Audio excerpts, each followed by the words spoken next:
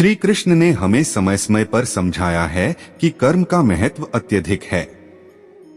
भाग्य तो एक प्रकार का नियंत्रणशील चीज है, लेकिन हमारे कर्म ही हमारे भविष्य को निर्मित करते हैं। इसलिए हमें उत्साह और समर्पण से कर्म करना चाहिए। जो भी भाग्य आए उसका स्वागत करना चाहिए। भाग्य और कर्म दोनों का महत्व है, पर जब आप कर्म के माध्यम से अपने भाग्य का निर्माण करते हैं तो आपके सामने कोई भी लक्ष्य असंभव नहीं होता। वक्त से लड़कर जो नसीब बदल दें, इंसान वही जो अपनी तकदीर बदल दें। कल क्या होगा कभी ना सोचो, क्या पता वक्त कल खुद अपनी तस्वीर बदल दें।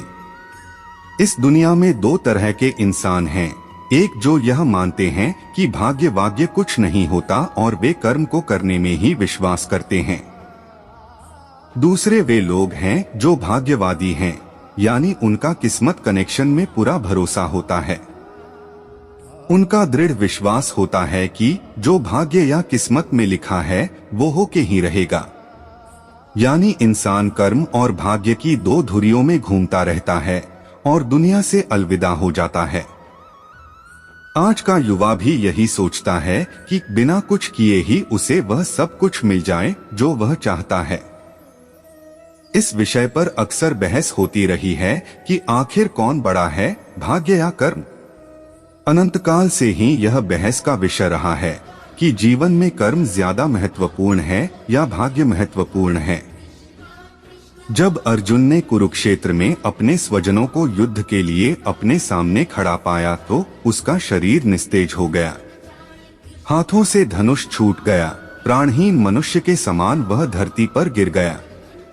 तब भगवान श्री कृष्ण ने उसे गीता के कर्म ज्ञान का उपदेश दिया। भागवत गीता में भगवान श्री कृष्ण भी अर्जुन से कर्म करने की ही बात कहते हैं, अर्जुन को कर्म करने का ही उपदेश देते हैं। श्री कृष्ण कहते हैं कि हे अर्जुन, राज्य तुम्हारे भाग्य में है या नहीं ये तो बात की बात है, परंतु युद्ध तो तुम्हें पहले लड़ना ही होगा, कर्म तो तुम्हें करना ही होगा। तुलसीदास जी ने भी श्री रामचरितमानस में कर्म को ही प्राथमिकता बताई है। कर्म प्रधान विश्व करी राखा, अर्थात युग तो कर्म का ही है, प्राथमिकता तो कर्म की ही है, कर्म किए बिना कुछ भी संभव नहीं है। तो आइए अब उस कहानी की शुरुआत करते हैं जिसमें बहुत बड़ी सीख छिपी हुई है। एक जंगल के दोनों ओर अलग अलग राजाओं का राज्य था और उसी जंगल में एक महात्मा रहते थे जिन्हें दोनों राजा अपना गुरु मानते थे।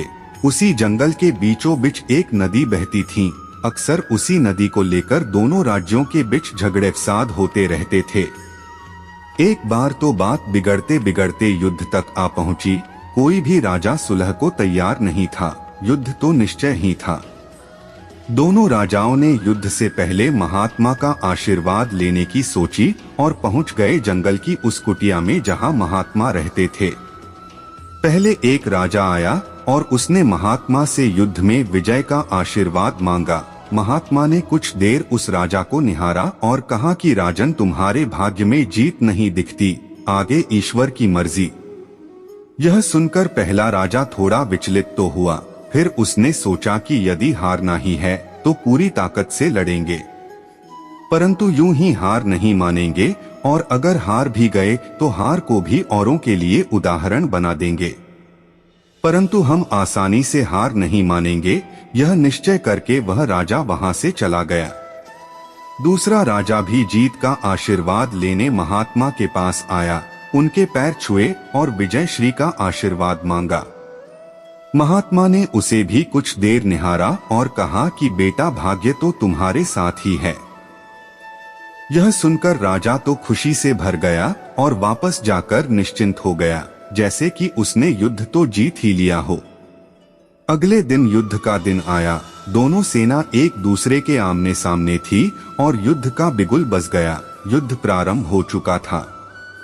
एक तरफ की सेना यह सोचकर लड़ रही थी कि चाहे किस्मत में हार हो पर हम हार नहीं मानेंगे, हम अपना सर्वश्रेष्ठ कोशिश करेंगे, अपना सर्वस्व झोंक देंगे। और वहीं दूसरी तरफ की सेना एक निश्चिंत मानसिकता के साथ लड़ रही थी, जितना तो हमें ही है तो घबराना कैसा।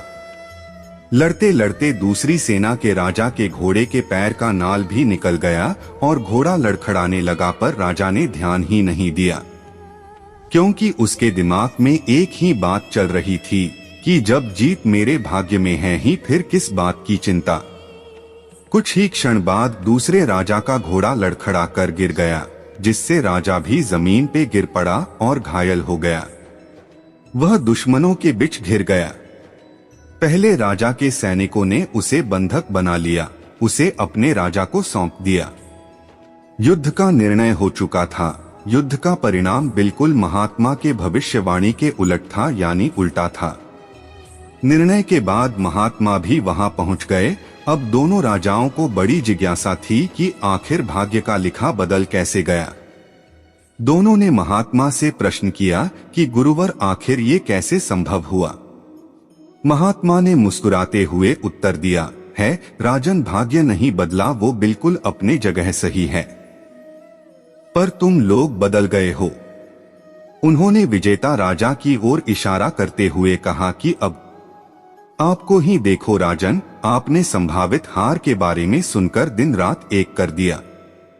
सब कुछ भूलकर आप जबरदस्त तैयारी में जुट गए, यह सोचकर कि परिणाम चाहे जो भी हो पर हार नहीं मानूंगा। खुद हर बात का ख्याल रखा, खुद ही हर रणनीति बनाई, जबकि पहले आपकी योजना सेनापति के भरोसे युद्ध लड़ने की थी। अब महात्मा ने पराजित राजा की ओर इशारा करते हुए कहा, राजन, आपने तो युद्ध से पहले ही जीत का जश्न मानना शुरू कर दिया था। आपने तो अपने घोड़े की नाल तक का ख्याल नहीं रखा, फिर आप इतनी बड़ी सेना को कैसे संभालते और कैसे उनको कुशल नेतृत्व देते। और हुआ वही जो होना लिखा था।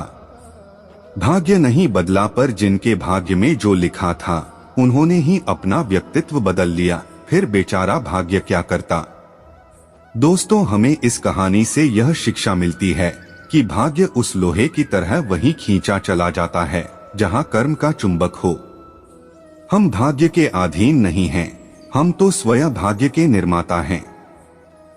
यह सत्य है कि भाग्य भी उन लोगों का साथ देता है जो कर्म करते हैं।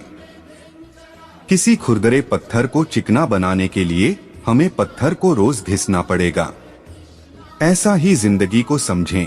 हम जिस भी क्षेत्र में हों, किसी भी स्तर पर हों, हम अपना कर्म करते रहें बिना फल की इच्छा किए, तभी हम अपने जीवन को सफल बना सकते हैं। हम आशा करते हैं कि हमारी यह वीडियो आप सभी को अवश्य पसंद आई होगी। हमारे YouTube चैनल को सब्सक्राइब अवश्य कर ले और हमसे जुड़े रहे। हमारी इस वीडियो को अपने परिवार और दोस्तों को शेयर करके इस ज्ञान को और बांटे, क्योंकि ज्ञान बांटने से ही बढ़ता है। प्रेम से बोलो राधे राधे।